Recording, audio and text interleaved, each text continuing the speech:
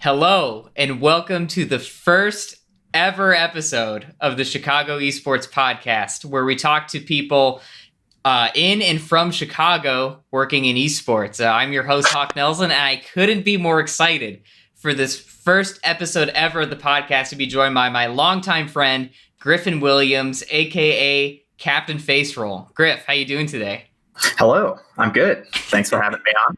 Excited to be here. You were just in a match. You had a match like an hour ago. How did that go?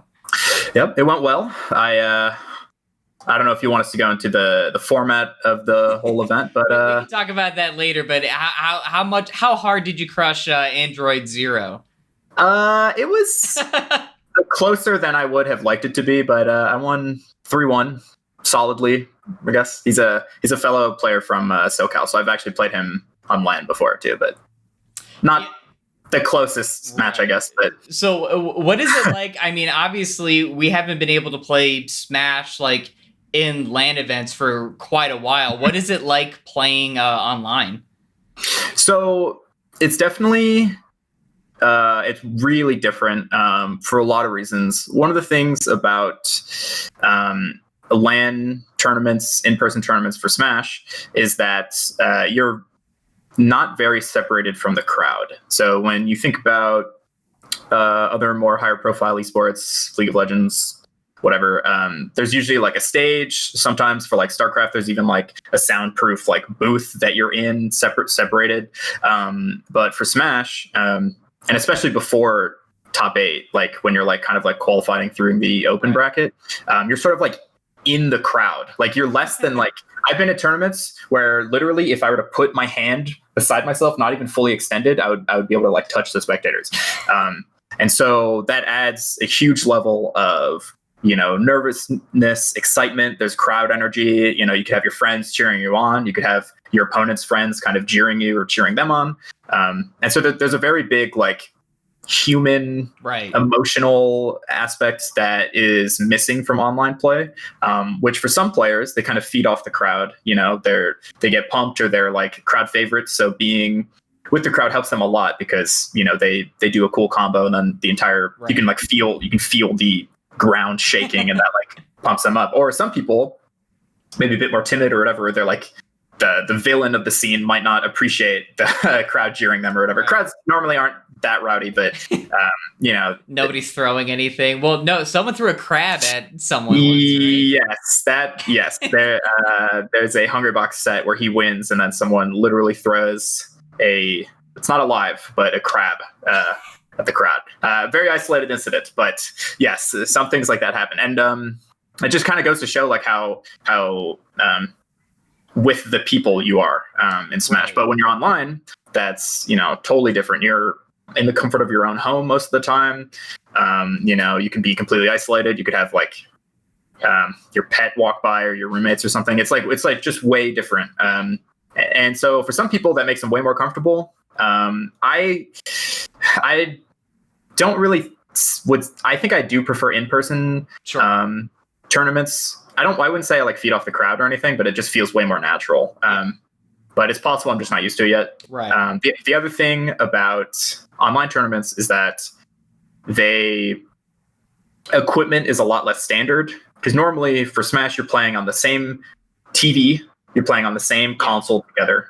And so there's no difference between anything. But online, you have your internet connection, you have their internet connection, you have your computer specs, you have their computer specs. And, like having a better monitor makes a difference. Yeah. Having better internet makes a difference. And so those are things where it's like all of a sudden there's kind of more external factors. The other thing with playing online is you're playing through an emulator.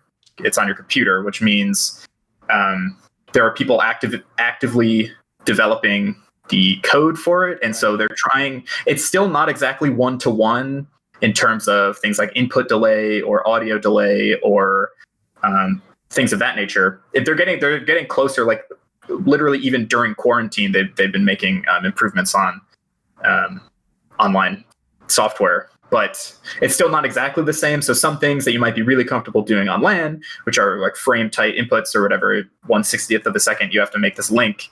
Maybe online there's like a stutter and then all of a sudden you can't do it. Whereas on land, that would just literally never happen. So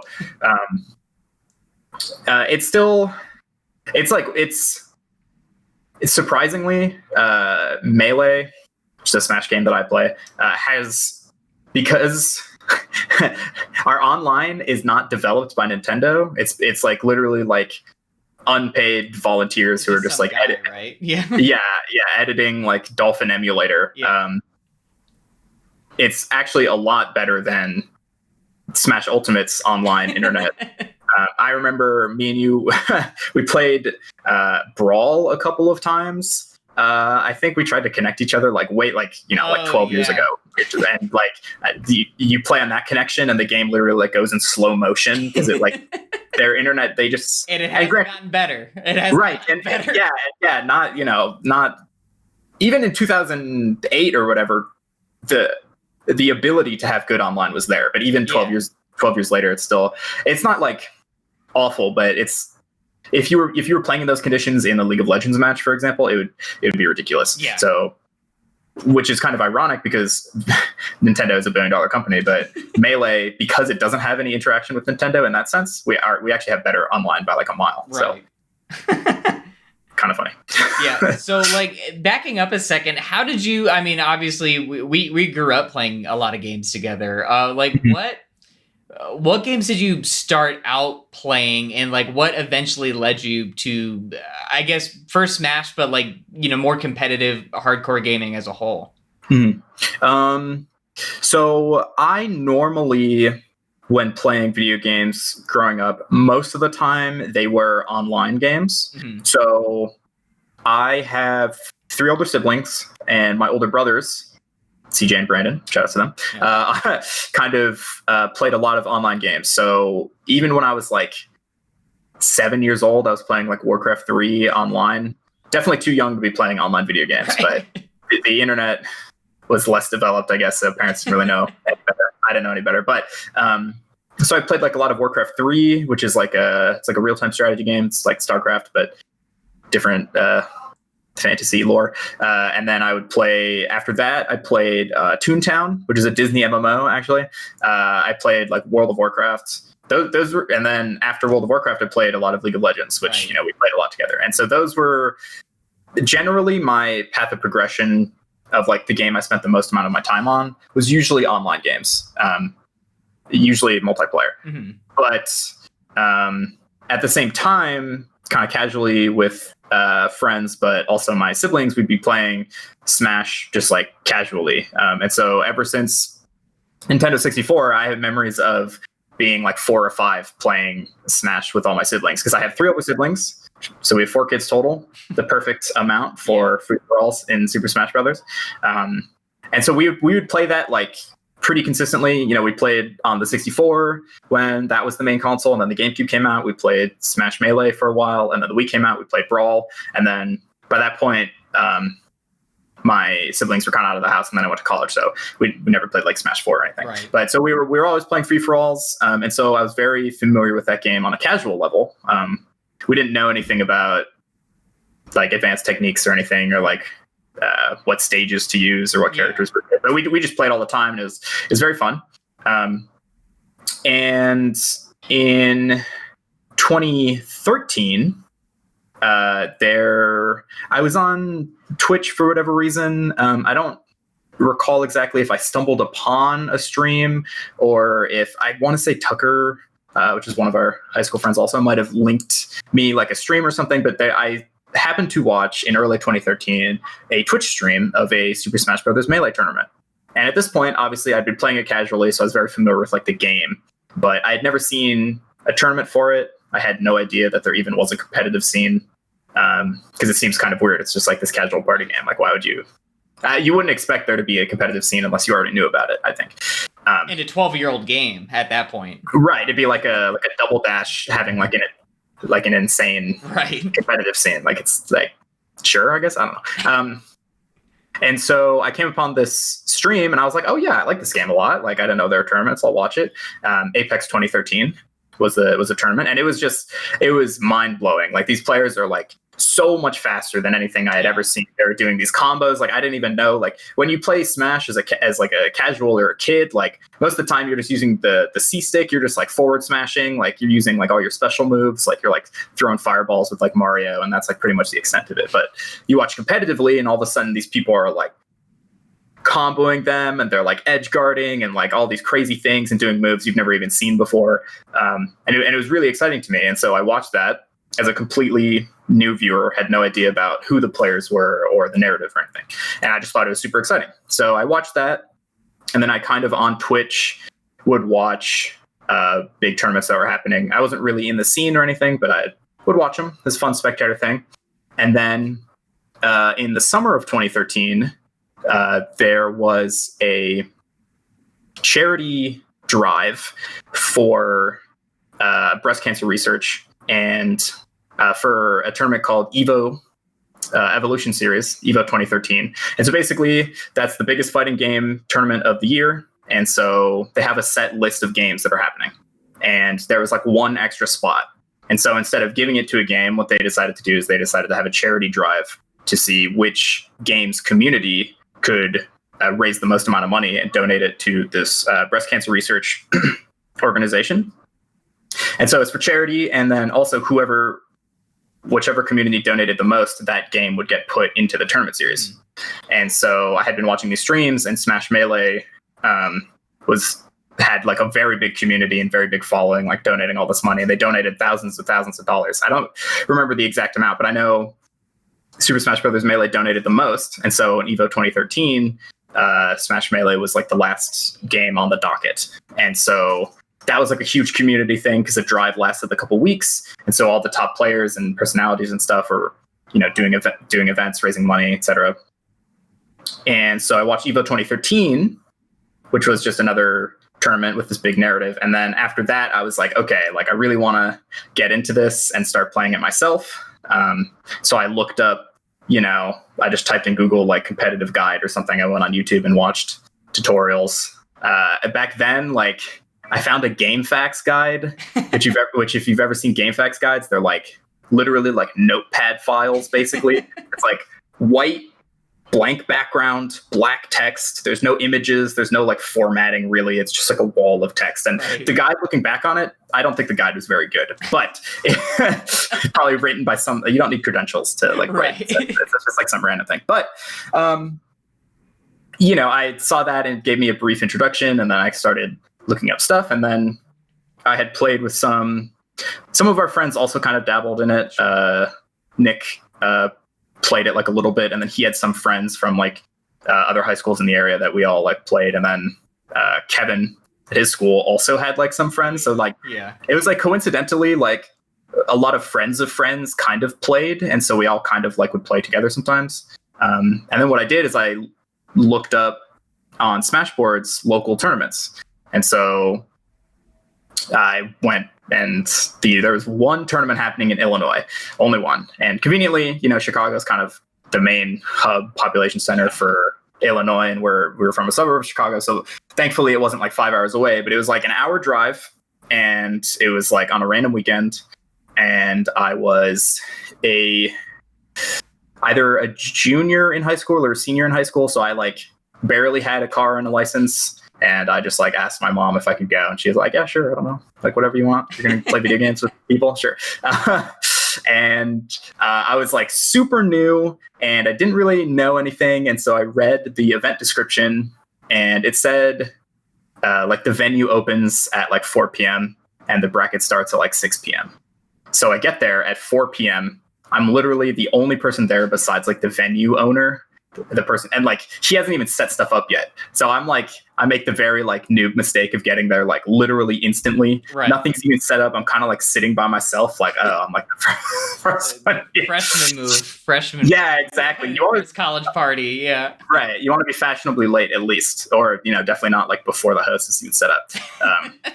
So I drive like an hour there. I'm the first one there, and then I don't know. People there were like surprisingly nice, like. With Smash, because all the events are in person prior to quarantine, there's like a very real community that is built. You have to interact with these people face to face.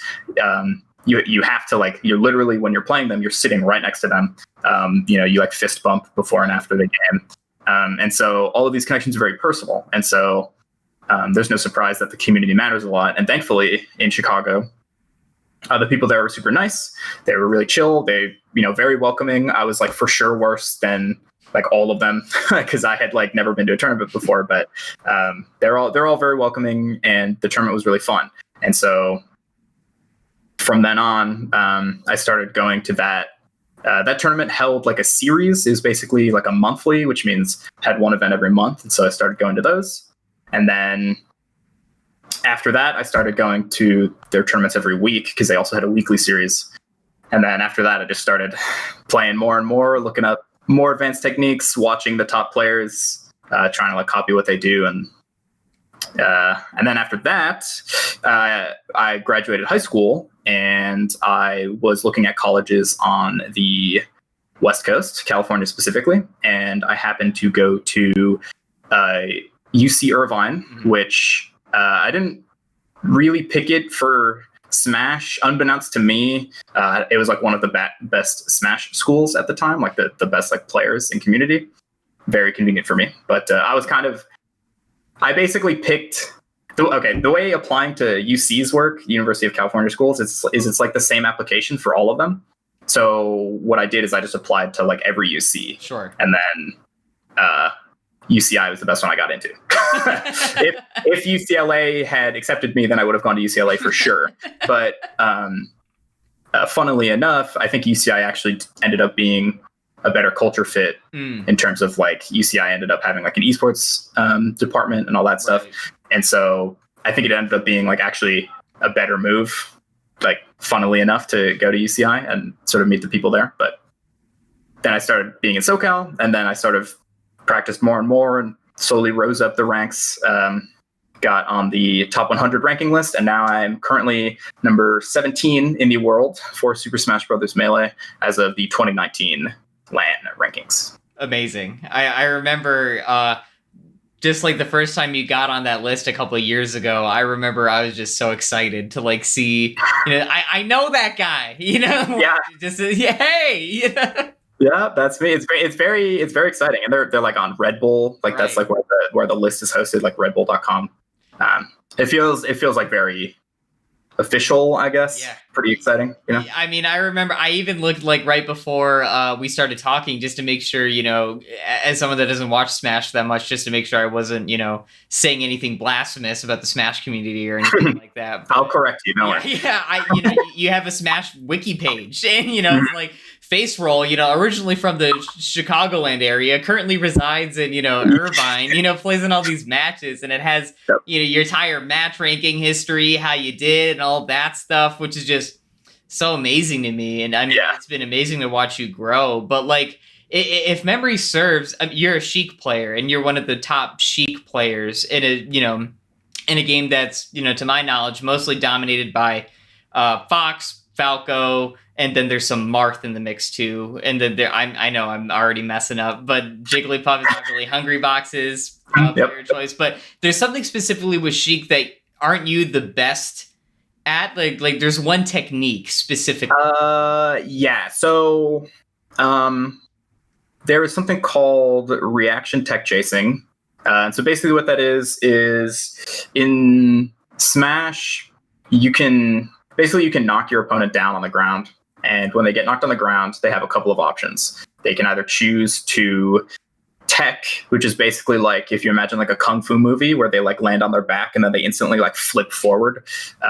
You can choose to do that in left, right, or in place. And then you can choose to not tech at all. And so basically every time you get someone knocked down on the ground, you can sort of that they only have those four options. Right.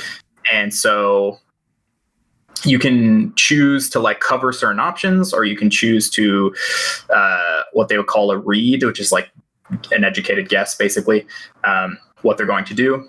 And so with Sheik specifically, against a couple of the characters that are prone to getting knocked down, basically, every character has different fall speeds. And so there are fast fallers, which are Captain Falcon, Fox, and Falco. And then there's floaties, which are Jigglypuff. or like Peach or something that fall really slowly. So the fast fallers, it's very common for Sheik to get them into a knockdown situation. And so there is basically, if you react properly, you can kind of cover every option repeatedly with either like grabbing them or like hitting them again or whatever. And it's basically like a cycle. And so they either have to choose to test my reaction ability, because some of the reactions you only have a couple of frames to like successfully react. Excuse me. And then, or they can like choose to just like go off the stage and risk getting edge guarded. And so this is something that prior to, I guess, my era of Sheik play wasn't really that well explored.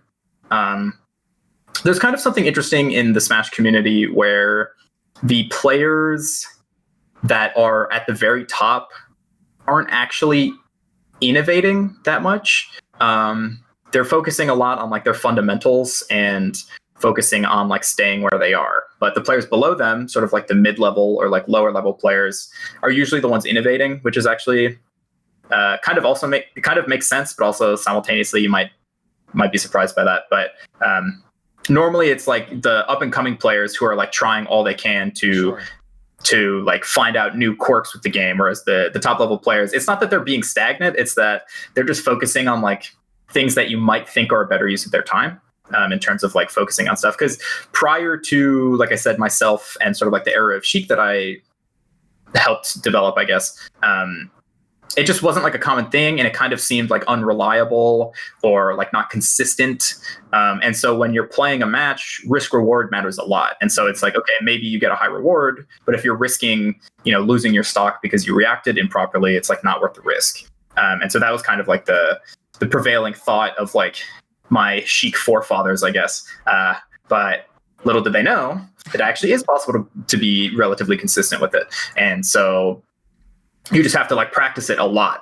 And so, it just didn't seem like it was worth the time investment for the people before me. But, I was down to grind, anything to give me the edge over the other players, to like claw my way up the ladder. I was fine doing. So, that's something I'm kind of known for. There's other Sheiks that I would say like kind of came up at the same time as me that were also known for that. But that is definitely something like when people think of Captain Faceroll, that is one of the, sorry, I definitely hit my webcam accidentally. That's one of the things they kind of prescribed to my play for sure. Right.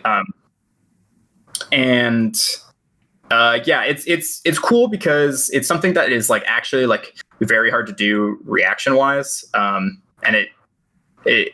there's also like a high risk with it. So it's very like do or die. Like I get the grab and I force them into the knockdown, and then like you kind of hold your breath because it's like, okay, is he going to succeed in this? Is he going to fail? Like if he does it right, I just take their entire stock. If I do it wrong, I get reversaled basically. Mm-hmm. And so it's a big like narrative point. Like every time that happens, the game like almost like freezes and everyone's right. Like, oh, what's going to happen? We don't know. So yeah, that's kind of what I'm known for. I guess now, according to the rankings, I'm the best solo Sheik main, according to the rankings. Right. There are players who play Sheik that are ranked higher than me, but depending on the character matchup that they're in or the stage or how they're feeling, they might play a different character, which was kind of the common thing with Sheiks for a while. It wasn't until kind of the last couple of years that myself and another player with the tag of Spark, who also kind of started at the same time as me and is my age, we're kind of like the last bastions of like solo Sheik players. Yeah.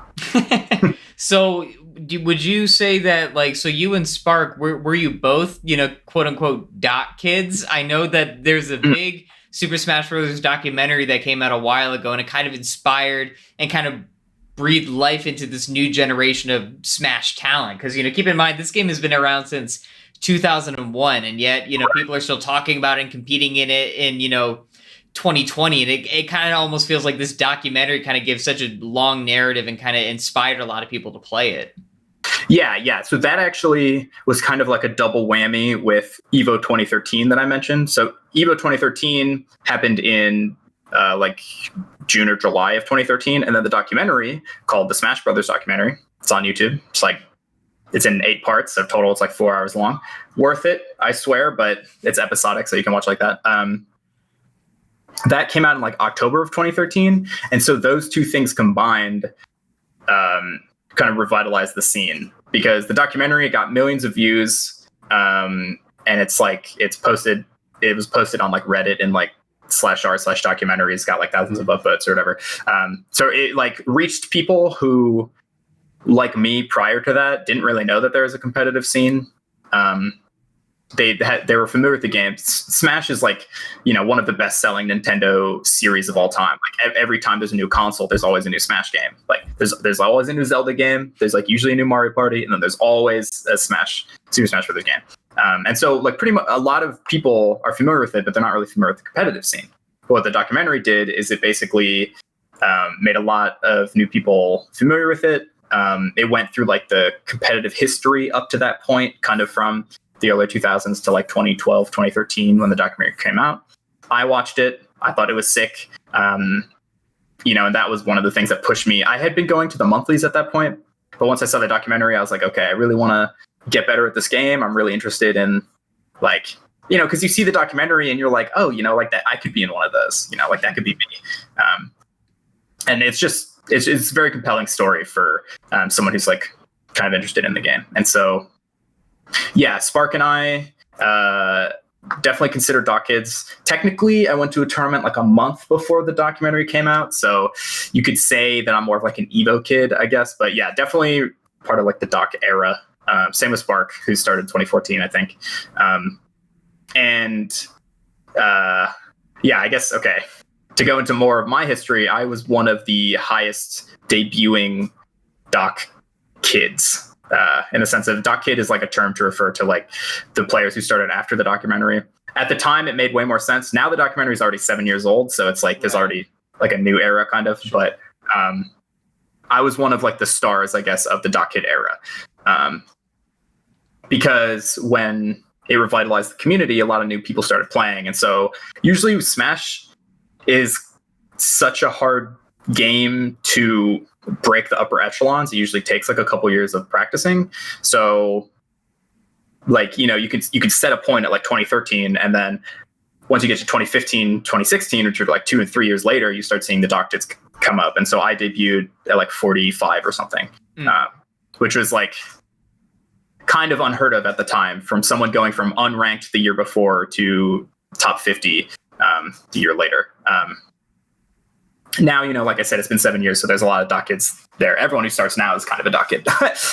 But yeah, so that's very important to keep in mind for the history, because for a long time, Melee, it was having these tournaments, and it was having people come from Europe or Japan, or South America or whatever, coming to tournaments prior to 2013.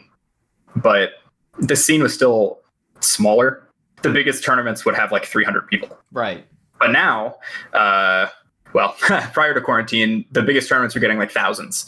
And so it's a big difference. And all of those are in person too. So, you just think about all these people flying in from different areas, driving like 10 hours or what have you. The documentary really made the scene like way bigger. That, and combined with Evo, like gave a lot of like fresh faces, information into the scene. Sure. So, this game has been out since 2001, and we've seen multiple iterations of Smash since then, Brawl 4 and, Ultimate now. What is it about Melee that keeps people sticking around? And how does it compare now to, I feel like I still see a lot of attention around Ultimate now. So like, how do the two compare to each other? And what does it mean longer term? Is Melee going to stick around, or are we going to get to a point where, this game is so old, dude, that we just got to, do something else? Right. Yeah. So Smash Melee is very peculiar in that aspect. It's one of the longest running like esports for sure. I think that and like StarCraft 1, which still has a scene a little bit, if I'm not mistaken. It's very surprising because Melee is almost 20 years old now. It's on a console that's like 3 or 4 generations old. Our tournaments are played on CRT TVs, which aren't even like produced mainstream anymore. Those are like the like square like tube TVs. Because if you play on a monitor, there's lag. So right now. And so the reason for that is it's just the movement and the mechanics and the engine of the game are just very different from the later installations. Nintendo as a company, they're sort of what is the word I'm looking for? They're kind of like a family value console. If you think about like the big 3 consoles, you have like the PlayStation, the Xbox, and the Nintendo system. Normally, like Nintendo is sort of like the family friendly one. Like on PS4 or PS5 and like Xbox, you're playing like COD. That's like what you're like thinking of. But in Nintendo, you're playing like Mario Party or like Zelda or like Mario Kart. Like it's way more cartoonish. It's way more like little kids can play it and it's chill. Obviously, Xbox and PlayStation have those games too, but like that's sort of like what Nintendo's values are. We want everyone, the entire family, to be able to play because they make more money that way if you have everyone playing instead of only people who can play M-rated games. And that's sort of like what their mission statement is. And so when they made Brawl, which was for the Wii, and then every subsequent iteration after that, there's a very clear sort of casualization, I guess, of certain mechanics. Melee can be unforgiving at times. A lot of the things you have to do are very frame tight. Even the most basic of mechanics, something called L canceling, which is reduces your landing lag when you do an aerial, has an 8-frame window. And the game runs at 60 frames per second.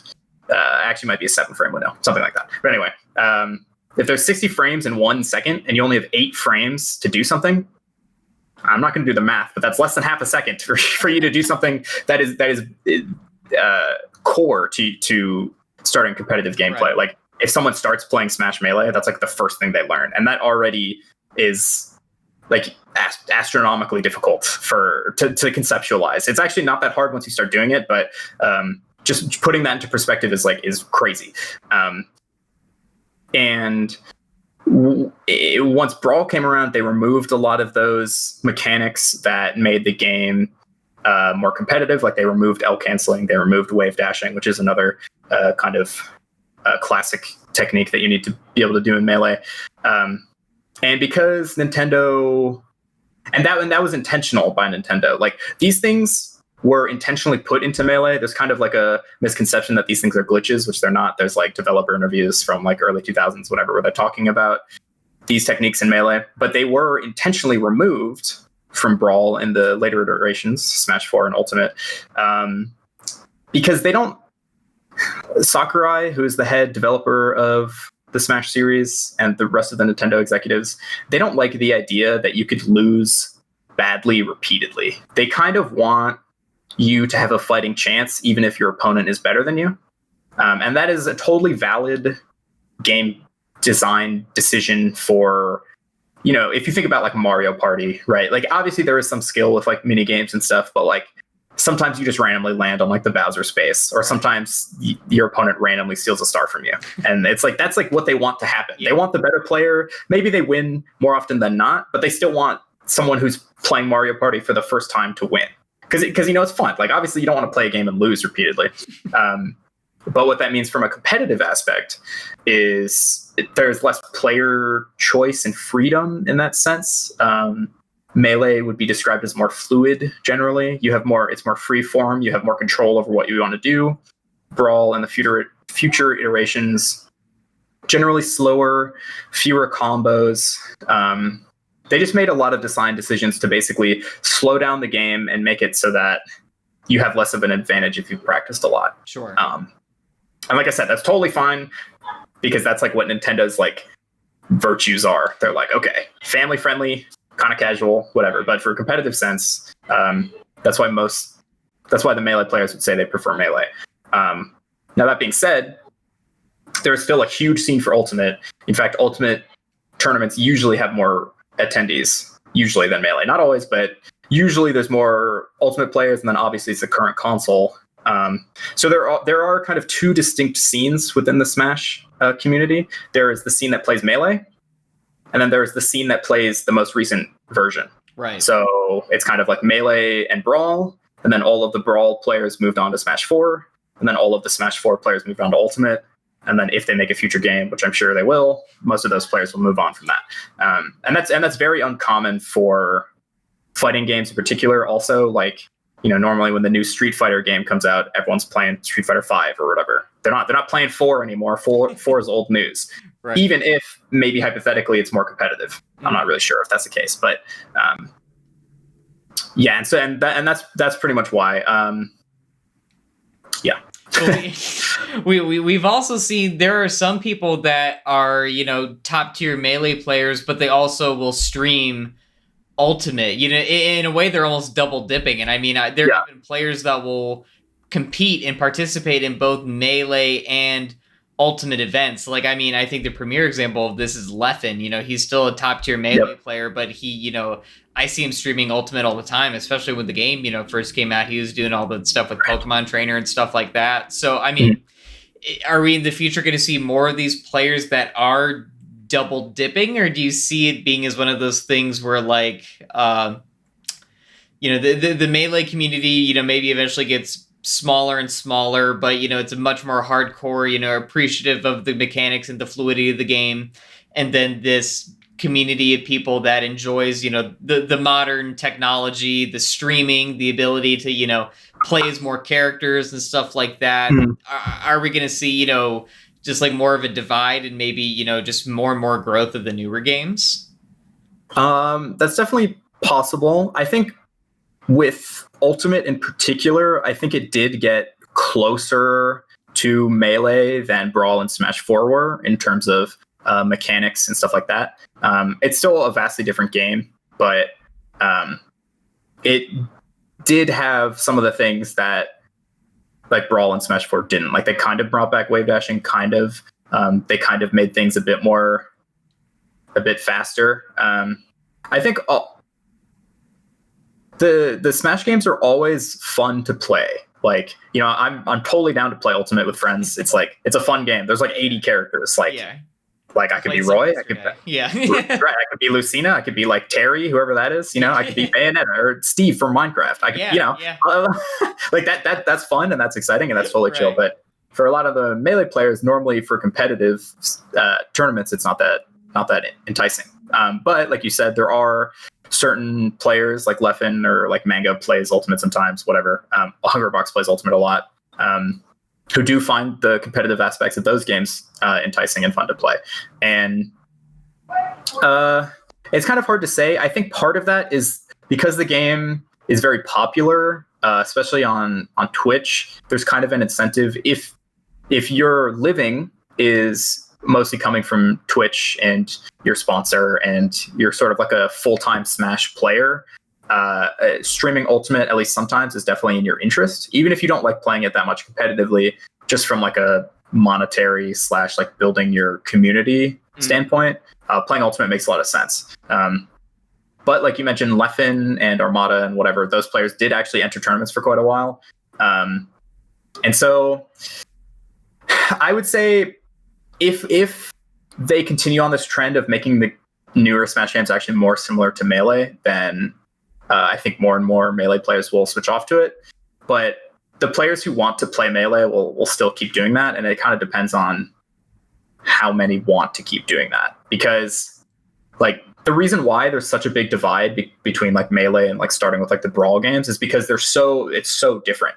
But if they made a game that's just like pretty close to Melee, I think a lot of people would switch just because like it is a hassle playing on like a GameCube, or like you have to download an emulator to play Melee. It's like, if you want to, it's not like the hardest thing to get access to those things. Like you can buy like a Wii off eBay for like $10 or something, but you still have to do that. Whereas like if you want to play Ultimate, like a Switch is more expensive, but like you can go to Target or something and buy a Switch, like, or you could, you like download Ultimate from like the Switch like store. You don't have to go through this process of like a more complicated like niche community. And so obviously there's a lot of draw there.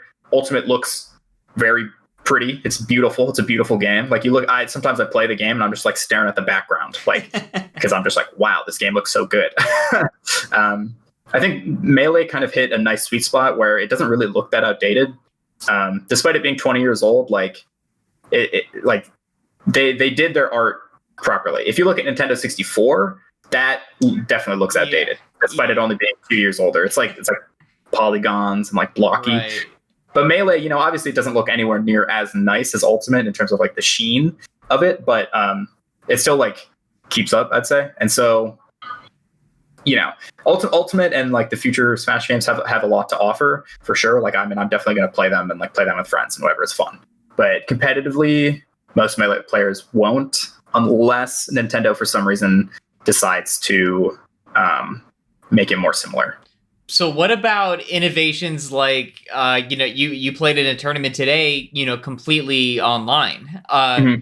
Do you think that's going to breathe more life into the Melee community? If, now it's, you don't have to get a CRTV or anything like that to do, an online tournament or anything like that. Do you think things like that we'll see more, more of it, and maybe that'll breathe, and bring back some more Melee enthusiasm? Yeah, definitely. So recently during quarantine, there was a new kind of development that happened. So previously, the emulator that we used to play Melee existed, and it's existed since like honestly 2013. So online capabilities have been there for a while, and they've been slowly getting better. Like every year, there's like they reduce the lag or they add this thing that lets you connect better. But recently, during quarantine, a developer by the name of Fizzy and the rest of his team developed made two big developments with Melee. One, they updated the netcode.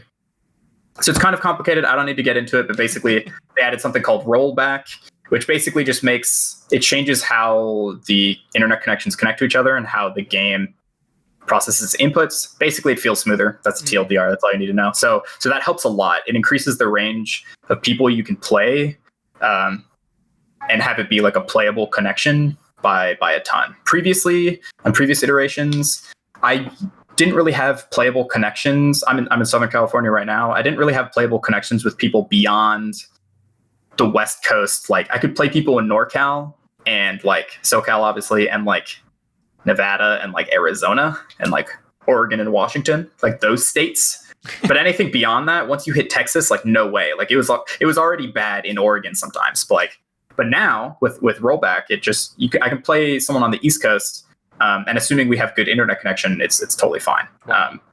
Which is huge because for the US is like a big country. So if you're in Europe, you can play pretty much anyone in Europe, or if you're in like Mexico, you can play like people in the southern states now of the US, and it's fine. And that's just really big for accessibility because not everyone lives in the US or Europe or whatever. Like, so it could be hard to find people to play against. But now that you can play people with a huge wider range, that's really big for accessibility because it just adds like an entirely new population of people that can play.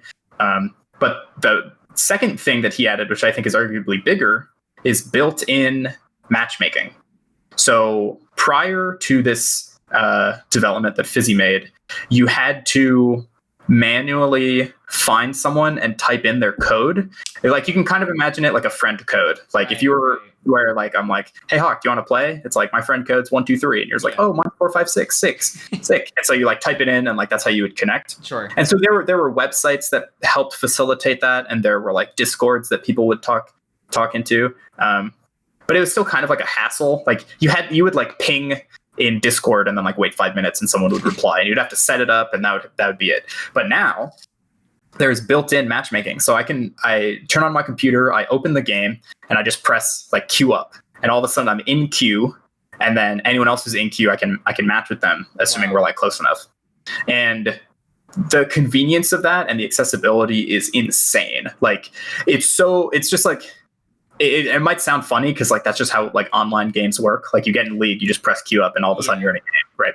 But for a game like Melee that didn't have it before, it's so big. Like you can queue up with people, and you know you have the ability to like maybe the connection's bad or they're playing lame or you don't like what character they're playing, you can leave. Like you could like leave, queue up again, and play someone instantly. Like even at like 2 a.m.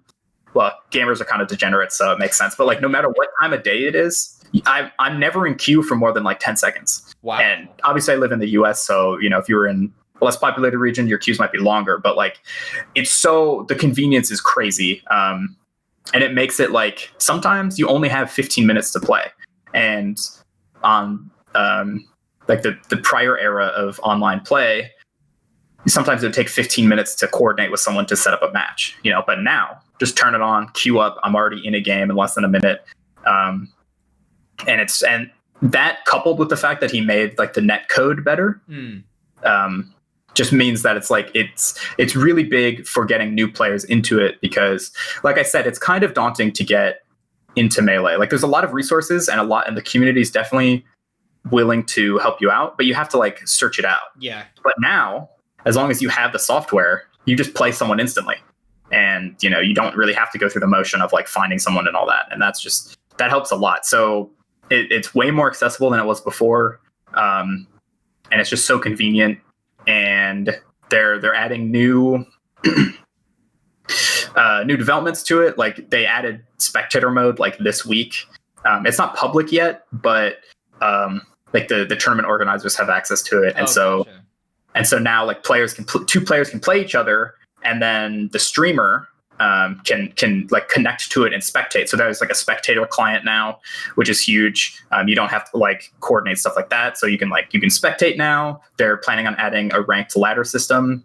That's what I was going to ask you. Are you just queuing it up and you might just be against some random kid that's literally like never played, never got, during COVID, they're like, wow, what's this whole Melee community? I'm going to check it out. And they discover Slippy, they download it, they get everything set up. It's the first time they're ever playing a game of like a more hardcore Smash. They queue up and they end up against the one and only Captain Faceroll. They're playing, Ice Climbers or something. And then they get absolutely demolished by you. So that's what's happening right now, right? You're queuing up against random people. So, I mean, do you still find value in that? If it's someone that's a much lower, like, I imagine you can tell pretty quickly if someone is a much lower skill level than you. Can you still get any value from that, or? Yeah. So there's a couple things. So one, so basically you can either choose to play unranked, which is the mode where you just queue up and there's no skill-based matchmaking or something or anything like that. That's actually been kind of a hot topic in like Fortnite and like COD, which is kind of interesting because it's kind of related to that. So you can either queue up and it's sort of unranked, like queue up against whoever is available, or you could do direct connection. So I can still, if I want to play another top 100 player for better practice, I can do that. So that's totally fine. In unranked mode, though, I think it's like an interesting discussion. I don't know if you've been keeping up with like the skill-based matchmaking things that people have been talking about in the other esports communities. It's hard to, as a League player, as pretty much someone that only plays League, at least as a top esports title, I can't imagine wanting anything besides skill-based because I would be so pissed off if like I queued up and, I with a bunch of bronze people, and then they had like some diamond player, and like right. I mean, that's what it feels like that enough as it is. I don't need. There's already Smurfs and stuff. Now you have to deal with like literally. I also, like with my League background, when I play like Overwatch and stuff sometimes too, it's like it really doesn't make that much sense to me why you would want no skill-based matchmaking. Like why you would want it to be random. It really seems to me that the better players just want to exclusively stomp noobs, right? And it's better like for streaming, obviously, right? And like create content, highlight clips for content, that's what it seems like to me. But I have to imagine the new player experience in those games suffers a bit. I haven't really played Fortnite that much, or other games that without skill-based matchmaking, but it just seems. would imagine that a new player, like what you mentioned, would queue up, play against someone who's like way better than them, and then like kind of get discouraged from that. Yeah. Maybe that's not what happens. I don't know. But the convenient thing about Melee, at least with Slippy, is that because the queue times are so short, and because there's no ranking system, you're not really penalized for leaving. So like, yeah, if you're a newer player and you play against someone way better than you, some people, it's like a very fun, exciting experience because the game feels legitimately different when you're playing against someone way better than you. Like they're like moving way faster. They're choosing options that you are not familiar with. They're like punishing mistakes that you're making that you didn't even think were mistakes in the first place. You know, like in League, like you're out of position and you get caught, but you're like, wait, I didn't even think I was out of position. Yeah. But like a better player like rotated and all of a sudden you're caught off guard.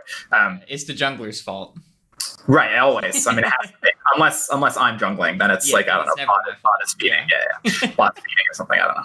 They have less CS. But so that's the convenient thing about Slippy is there's no penalty for leaving. Obviously, that can be annoying if people leave repeatedly, but I haven't really run into those issues. And the queue times are really short. So yes, the lack of skill-based matchmaking does mean that like newer players can get stomped, but like they leave, queue up again, and then eventually they'll find someone that's like playing against me is a rare experience, you know, right? For in terms of like skill disparity. Sure. So, but as far as finding use out of it, legitimately, I do find that there are some pretty decent players on there.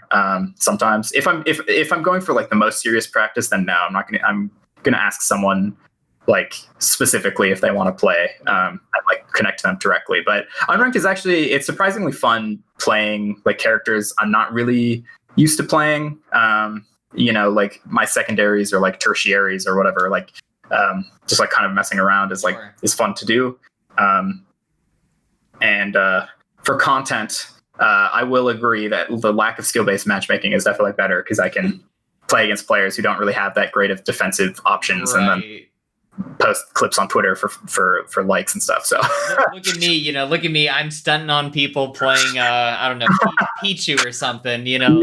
Yeah, you could definitely do that. Literal, like, worst character, aren't I great? Yeah. Yeah. Eat that content up all day. Right. I will admit, I don't play them with low tiers because I think the issue with those characters is that they're actually less fun to play because they're worse in a lot of ways. It's not just that like they're like weaker. It's also like they're slower a lot of the time. That's what right.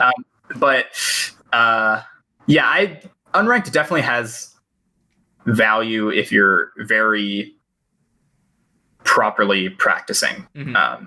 If there's one thing you're working on, you can attempt to do that one thing regardless of your opponent's skill level. Sure. If you're trying to get holistic practice, like let's say you're literally just playing support and you just want to practice like warding the proper locations in League of Legends. Like you don't need to be playing against diamond players to like constantly have vision control and be positioning yourself correctly. Sure. Now maybe diamond players will punish you if you're not doing it properly, which is good, like negative reinforcement or whatever. Mm-hmm. But against bronze players, like you can still practice vision control for like CS, you know. Yeah. Like and so you can do those things in Melee too, like certain techniques and stuff you can still practice. But holistically, unranked is definitely not as good at practice for sure, but it's fun. So from like an esports perspective, it feels like, you know, Smash, I mean, we've already talked about how much of, you know, an anomaly it is, you know, within the greater esports scene, but how does Melee specifically, how does the Melee community view esports? Because at times it feels like, you know, oh, it's great, you know, this player just got signed, you know, another new org just, you know, signed a player, you know, we're legit now, or, you know, stuff like that. But also at times it feels like, you know, so what? You know, who cares if, you know, TSM signed somebody, you know, we didn't need them. We'll be, you know, here long after they're gone, and we don't need Nintendo either. You know, it's like, so like what is the future of Melee in esports? Do you anticipate there being much more investment from like teams? Do you want that even to happen? Like, what, you know, as a top player yourself, you know, you're not currently signed to an org, and I would think, you know, that would be an opportunity for an org to enter the space. Like, why isn't that happening? I asked you like 5 different things, but that's okay. I'll get them all. So there has been kind of traditionally a divide between Melee likes to consider themselves grassroots, And so that's kind of antithetical to esports, right? Those are kind of like two opposite ends of the spectrum. And the reason for that is because Melee is so old. In 2001, like there was kind of an esports scene for StarCraft, I guess, but like only in like Korea, and like, you know, it was nowhere near as big as it is now. Obviously, like, you know, streaming websites didn't even exist back then. Like Google wasn't even around in 2001. So neither was YouTube, right? So all of those things, there's been a very great landscape shift on the internet and culturally as a whole since the inception of the competitive Melee scene. Like the competitive Melee scene predates YouTube and Google, which is like very weird to think about. Yeah. And so what that means is kind of the founders of the community, in a sense, the original players, had to do it all themselves. They had to, if you wanted to run a tournament, you had to literally do it yourself. There was no organization to do it for you or websites to go on to set it up. You had to be like, okay, like I'm going to make a paper bracket. I'm going to post on this like message board, because that's what they used back then. Like social media wasn't big either. So it's like, I'm going to post on this message board and say, hey, in a week, I'm going to host a tournament at my house. And like, that's how the scene started. Like people playing in garages, basically. If you're lucky, you like you knew like the owner of a card shop and you could like rent it out for a day or something. Right. And because of that, the scene is very grassroots. You had to do it yourself. That's sort of how people like to view themselves. And so esports kind of comes along, and for a lot of people, it seems at times disingenuous. They kind of view esports as trying to capitalize on like this new fad. Yeah. And they don't see it as like a love of the game. They see it as like a way to make money. It's like bastardizing, art, or like, a band that sells out or something, Right. Yeah. The music was already great. Why? Right.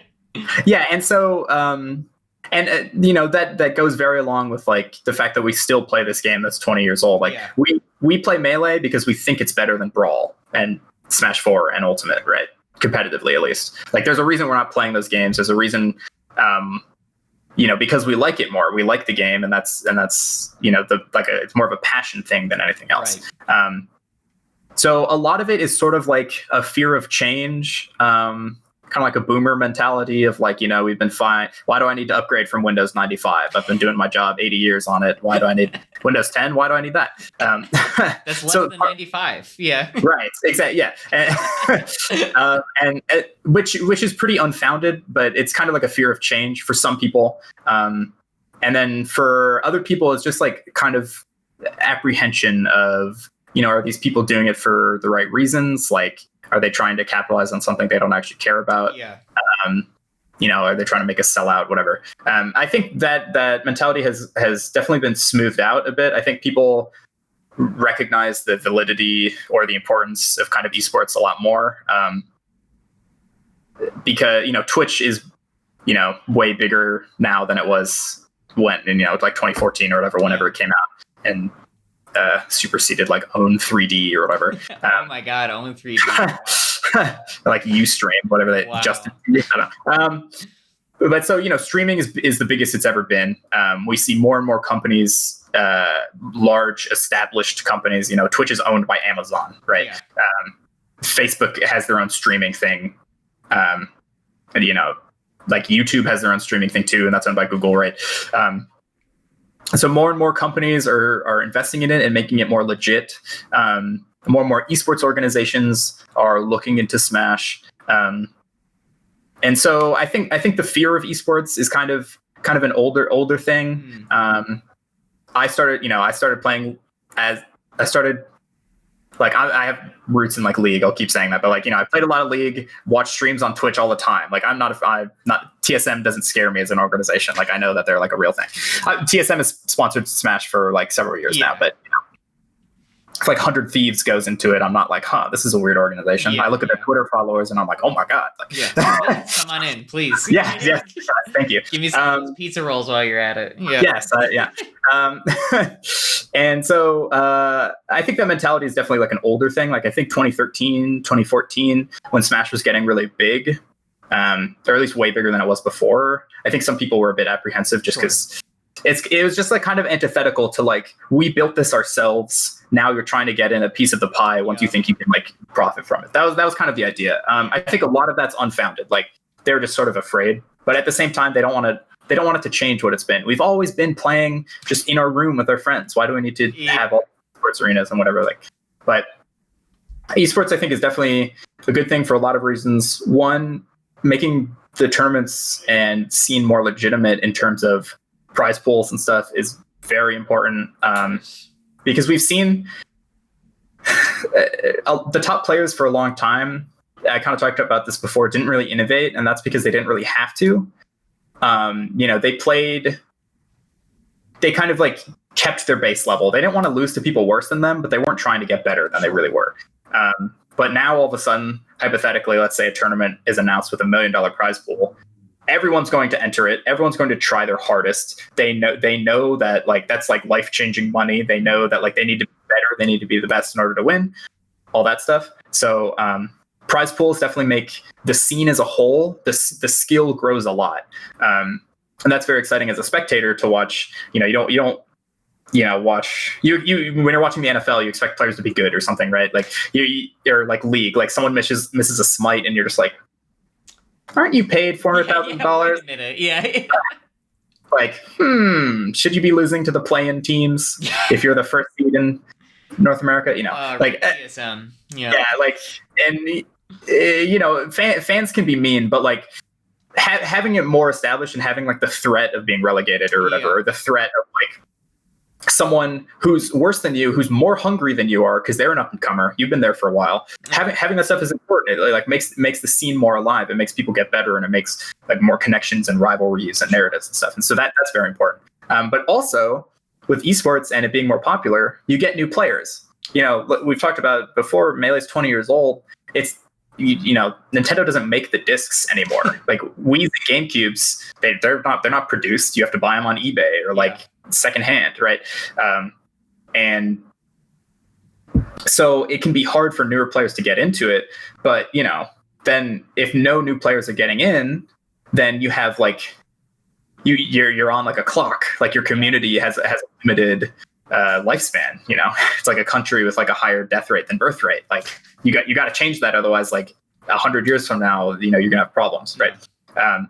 And so having new players is really, really important, not only because having people in the community is fun and building social connections is good, but just legitimately for the life of the game, you need new players. And so the esports helps out that a lot.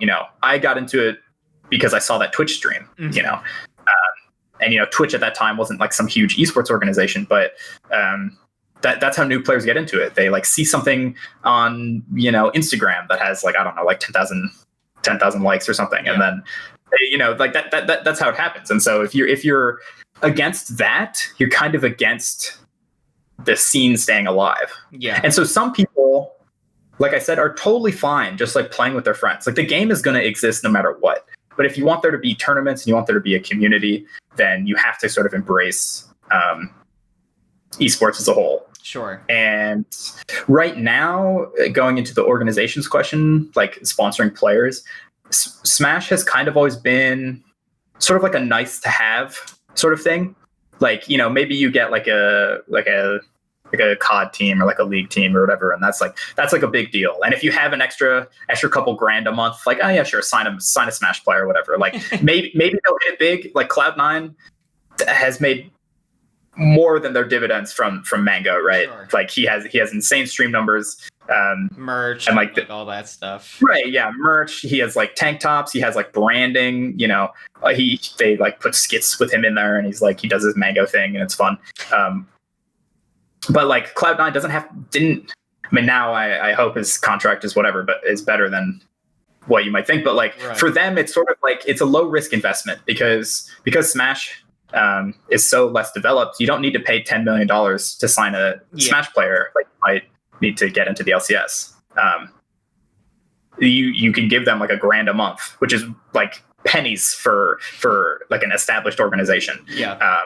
But on the off chance that they hit it big, sure. And if it, you go a year and, they don't really do anything for you, then, you just drop them and it's like, okay, no skin off my nose, basically. Or they're like a rounding error. for organizations with like millions of dollars. So that's kind of what the scene is like now, in terms of like really big organizations getting into it. Sure. The thing is that because Melee has a less developed esports scene, it's harder to make a return from your investment. And, you're pretty much required as a Melee player, if you get sponsored, in order to produce a return from them, you're pretty much required to stream. You're pretty much required to create like YouTube content, either like highlights or tutorials or, whatever. And like, cause that's how they make the returns from you. You're selling merch, or, they're taking a percentage of like your subs or whatever, whatever your contract is. Like otherwise, a business isn't going to just throw away money for no reason for a long time. Right. So, you have to make it worth their while, and only a couple Melee players can really do that currently. Pretty much the best players are the ones with like a lot of stream numbers, and everyone else, it's like you don't really get that much return from your investment. So that's kind of why it's like that right now. In the future, if Melee gets bigger Twitch numbers and stuff like that, then you would see more organizations coming into it because it's just a better business move. Yeah. Like the thing about Melee with Ultimate is, compared to Ultimate, is that Melee's like average stream viewership is lower than Ultimate, like just on a random day. But whenever there's a tournament, Melee usually has higher Twitch numbers than Ultimate. It's like Melee is just like harder to view, like, it's more niche of a thing, but the tournaments are really, really exciting. And it's hard to capitalize on that as an individual player. Right. So it's kind of how it goes right now. So touching on the community aspect and how esports helps retain but also develop new players of the game. Obviously, a couple months ago we had kind of a gaming Me Too movement of sorts, and one of the biggest culprits, I would say, was the Smash community. Particularly there were quite a few Ultimate players that have been accused of misconduct and things like that. How does Smash recover from that move? And I mean that's a very broad community answer that's not that no one person can solve, but like how do we fix like that, something like that, and make it once we're allowed to really meet in person, which is sort of the lifeblood of these kinds of communities. How can we make this safer and better for the entire community and anyone that wants to get involved in Smash? Right. And so that is kind of part of like the double-edged sword, I guess, of having an in-person community. Sure. Is that despite like the relationships being better and like more personal and all these connections, obviously the harm can be greater. If you're online, you can mute the enemy team, or you can whatever, log off. But if you're at a tournament, you can't really escape physically. Yeah. And so unfortunately what that means is there have been cases, kind of like you talked about, of top players at the least overstepping their boundaries, and at the worst, doing some pretty heinous things. And so there are a lot of things that need to get done in order to make the community kind of a better place. The first most obvious step is removing those individuals who have, done those things, just like right off the bat. But the thing about that is you're not really solving the problem. You're just kind of treating the symptoms in a sense. Like, you're not changing the landscape or the community at large. You're just sort of changing the people who have been outed.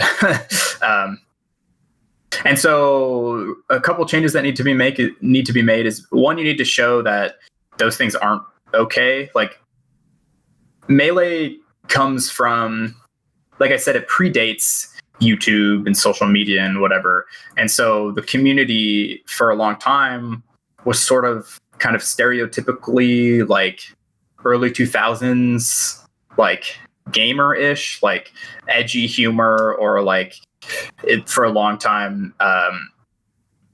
Like early 2000s, people would say words that we now fully recognize are slurs. But back then it was just like sort of like a kind of like, oh, like it's just a joke, or like it doesn't mean the thing that it means. It's a different thing in these contexts, and that's just one small example. But that's sort of like a culture shift that has happened, but will needs to continue to happen. Is stuff like that makes it legitimately harmful for like people who aren't cishet white men, right? Who like people who are legitimately affected by that type of language, or the space is made less safe for them when you say stuff like that. And those are really easy things to do. Don't say slurs, or or think about the heteronormative like ideas that you have in your brain, and how that like changes like how you talk to people or what you expect of them. And so those are really easy culture shifts you can make, is like just calling someone out, being like, hey, that joke probably not cool to say, or like, hey man, like that's actually like hurtful, like you should stop that. That's like the really, really, really basic stuff. Right. And then removing offenders and stuff who have done legitimately harmful things is very, very important. I think just like paying more attention to people and making it clear that victims will be heard is very important. Unfortunately, with a lot of the players that got outed, there have been kind of like whispers of them being a little weird, or like made women uncomfortable around them, etc. And it's like kind of brushed off as like, oh, well, they're just kind of socially awkward, so like the situation got misread, or like, oh, they made a joke, like they didn't really mean what they said, or I don't know, whatever, or like But what that means is when someone speaks out against something that's happened to them, if they're not taken seriously, then a couple things happen. One, that specific that victim leaves, because they have two options. They have one, stay in the community where this person who has harmed them is still there, sometimes even celebrated because they're a good player or personality, or two, they leave, right? Because they're obviously, you don't want to be with your abuser. So like they're either just like continuously emotionally harmed, or they leave the scene. And obviously most people choose to leave the scene. And so what happens is you have fewer and fewer like women, or fewer and fewer like minorities or whatever, be in the scene, because like if no one's listening to them, basically. And so that's what happens to that individual who is a victim, who isn't really taken seriously. And then what happens is other victims, well, they look at it and they're like, okay, well, there's no point in me even telling my story, because I'm not going to be listened to. Yeah. So all of a sudden I'm just going to be like known as that person who had that thing happen to them. And that's like the least. The worst is people like actively call me a liar, and they're like, oh, I can't believe you're trying to ruin this person's reputation. Like, they're such a nice guy. Like, there's no way they did that. You have no proof, like blah, blah, blah, classic victim blaming, stuff like that. And it's just like, those people are then just like silenced implicitly, because they see that the scene doesn't care about them in those aspects. Right. And so the main thing is definitely like the first thing is like removing all the people that have done these things. And then the second thing is making the scene way more accepting, or like listening to the victims and taking their things seriously. Because, a lot of the tournament organizers, or a lot of the people like kind of like in power or whatever, they're guys, or overwhelmingly white and straight, right? So like their perspectives are very different. Like if you hear a story about, someone doing something, from their perspective, they might be like, oh, well, that doesn't seem that bad. But that's because they're not like literally affected by what's happening. So it's important to like listen to victims, and then get perspectives from people who are different from you, and all that stuff. And it's just like, there's kind of a bittersweetness with the whole quarantine and COVID thing happening. Obviously, COVID is a bad thing overall, but the nice thing about not having in-person tournaments is it's actually easier to remove people from the scene, and it's easier to, as someone, to avoid the people, because it's online. If you wanted to play a tournament before, you had to go in person. And so if you have a bad experience with someone, they're going to be there unless they're removed. But if you're playing online, you can kind of avoid them entirely. And then also it's just way easier to discipline someone if you're like putting the ban through an online way.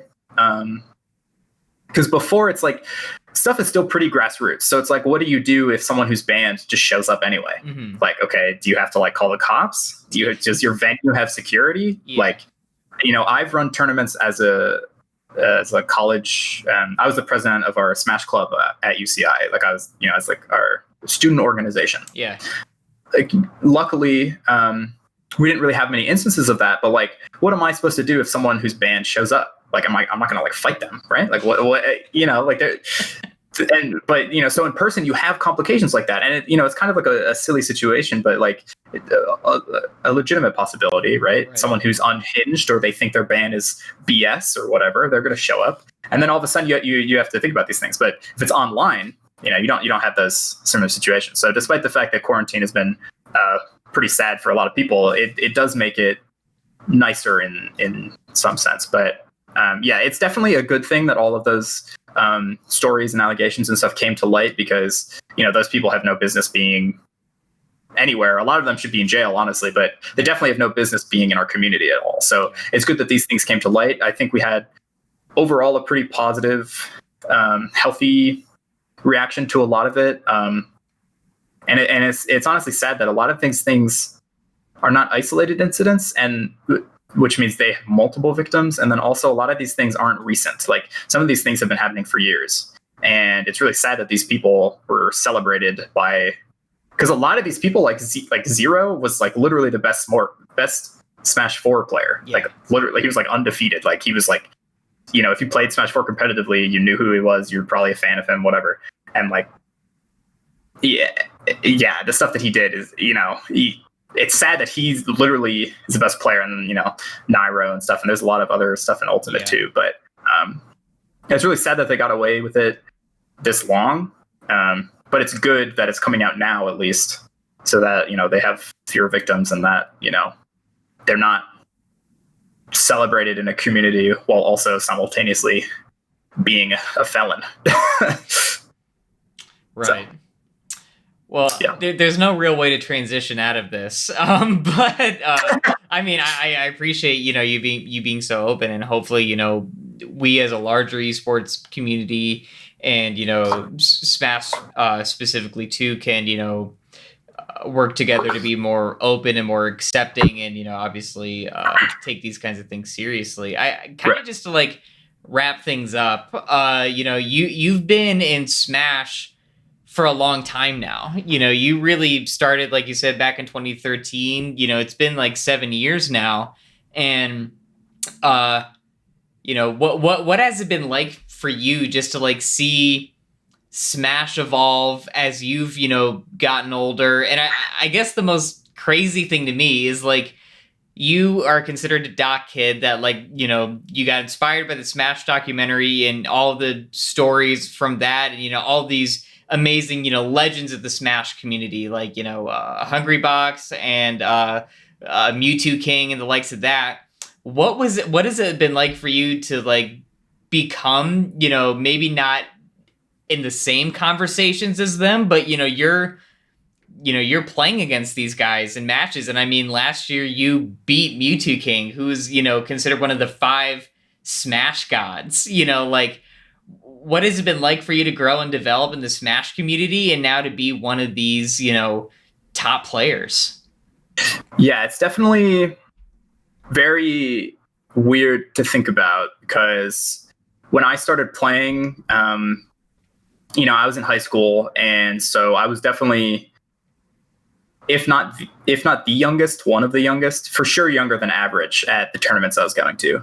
Most of the people kind of college age, mid-20s, maybe early 30s, whatever.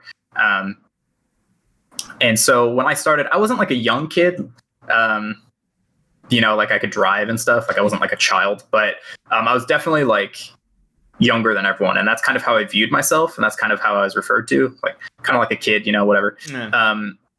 And all of a sudden, I'm 24 now. So definitely not like young, but you still kind of like to think of yourself as that. Yeah. And so it's very different when, someone, sits down and they, at a tournament and they play you, and then like you win. And then like a common conversation after that, if they don't know who you are or whatever, is they're like, oh, wow, like how long have you been playing? like classic small stock stuff. And now I have to tell them 7 years, and they're like, wow, that's a really long time. I'm like, no. I swear. I'm one of the doc kids, right? I'm one of the newbies, I swear. But 7 years is a long time, right? So it's weird to sort of have to come to terms with that, I guess, like in a like physical sense of just being like, God, 7 years? Oh my God. Like what? The march of time. So that's very weird because, and especially with my narrative as a doc kid, right. One of the newer like rookies or whatever you want to call them, that is like how I was referred to. But I think now if you started hearing about me, you wouldn't even know necessarily, unless you were really well informed of the scene, that that's where I came from, mm-hmm. right? Like now I'm just top 17 and I'm like the best solo Sheik man. Right. Like so that narrative, well, obviously it's still there if you're familiar with it. It doesn't really like follow me anymore, and that's weird. And so it's weird to like every Melee player, if they get to a certain skill level, kind of has the same journey. Like when you first start out, you have no expectations. You're just trying to win a game. You're just like, God, please don't let me get 4-stocked. Like I'm just new. I don't know what's happening. And then you start winning, and all of a sudden you have expectations on yourself. Expectations from yourself or from other people. Like maybe, most scenes have a power ranking, where it's like, okay, like these top 10 players are the best in Dallas or something. And you get 10th in Dallas and you're like, oh my God, like I'm finally on the list. Yep. Right. But now all of a sudden, if you lose to someone who's not on the list, you're just like, oh, like people talk about it. They'll like post on Facebook, like, oh, did you see this upset? And you're just like, it? Yeah. Yeah. You're like, wait, he's no, in the like, gutter. His career's over. Yeah. Right, and you're just, you're some kid like, 10th, Dallas is a pretty populated, so like 10th in Dallas is probably pretty decent, but, you're nowhere near like the top echelon of players. But even from that point, once you have a number associated with yourself, I got ranked in Chicago, for example, and so like I can't when I was like earlier in my career, and I can't lose to anyone unranked in Chicago, right, or anyone who's ranked but lower ranked than me. That's also bad, right? I don't want my ranking to go down. What does that mean for me? Am I washed? Do I need to retire? Is my life over? And so every player who gets to that sort of skill level goes through the same thing. Everyone, because you don't start being the best player in the world, obviously. Yeah. So like everyone starts like being bad, and then they start like getting okay and beating some people, and then they start having a number associated with them, and then they feel the pressure of like the crowd. Like, when you're an up and coming player and you're playing on the big stage, you don't really have that much to lose, like obviously you don't want to lose the game and you want to prove yourself. But like, if I played against Mewtwo King 3 years ago, it's like, it's a win. It's a win. There's no lose situation. Either I beat him and everyone's like, oh my God. Yeah. But if I lose, they're like, okay, expected. Like no one even thinks about the set anymore. He tried. But, yeah. Right. Yeah. Like, that was expected. I didn't think he would win anyway, whatever. But for Mewtwo King in that instance, if he wins, he doesn't get anything. No one's like, good job, Mewtwo King. You beat that person way worse than you. Like, good job. I'm proud of you. But if he loses, the crowd explodes. Yeah. Like people post on Twitter. It's like highlight videos are posted, and that's something you have to come to terms with. But it's weird when it happens to you because you kind of you have an idea of yourself in your head, and so I kind of still think of myself as an up and coming player. My rank has gone up steadily every year. I'm the highest ranked I've ever been. So in that aspect, I still have more room to grow. Right. But top 17 is nowhere near a random player. It's nowhere near like a mid-level whatever, but I still consider myself kind of an outsider to these top, like I still hesitate to call myself a top player, even though I'm literally top 20 in the world. It just like isn't a label that I resonate with. Yeah.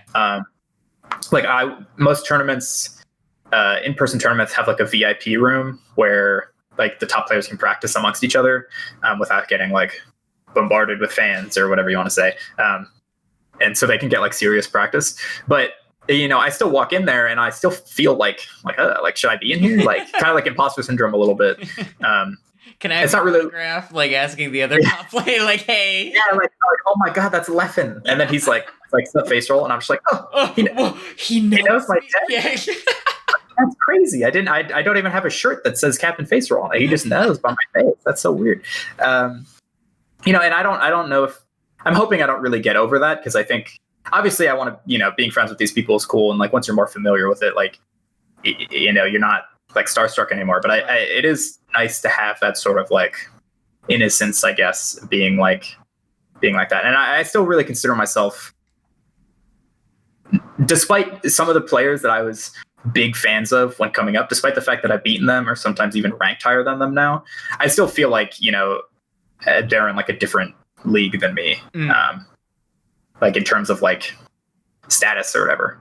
Even if I think I'd be favored in them if we were to play. Right. I don't know. I still see myself as someone up and coming and someone who's like I feel like I relate to number 100 on the list way more than I relate to number 1, I just feel like, yeah, that's me too. But like, no, I've been on the list for like 3 or 4 years now. So like, I'm not a rookie anymore. But I find myself at home with the rookies or whatever, more so than like the top players. Sure. Well, I think that demonstrates, I've known you for a very long time. And I think that demonstrates that you're still hungry and looking to prove yourself and looking to be that, number one. You're not going to settle until you are that number one spot. And, right. Obviously that comes with a lot of pressure too. So I'm not trying to add more pressure to you right now. But I like that you associate yourself more with that newer player, because that tells me that you still think of yourself as someone with room to grow. Right. Yeah. For sure. Yeah, definitely. Well, Griffin, Captain Faceroll Williams, couldn't be more thrilled and happy to have you on this first episode of the Chicago Esports Podcast. So thankful your time, and of course. We'll see you at top 10 next year. Yeah, I hope so. Assuming LAN tournaments come back, hopefully there's a vaccine or something. You'll see me there. Awesome. For sure. For sure, man. Well, be sure to follow Captain Faceroll on Twitter, and thanks for watching. Tune in next time. Thanks. Yep. Thanks for having me.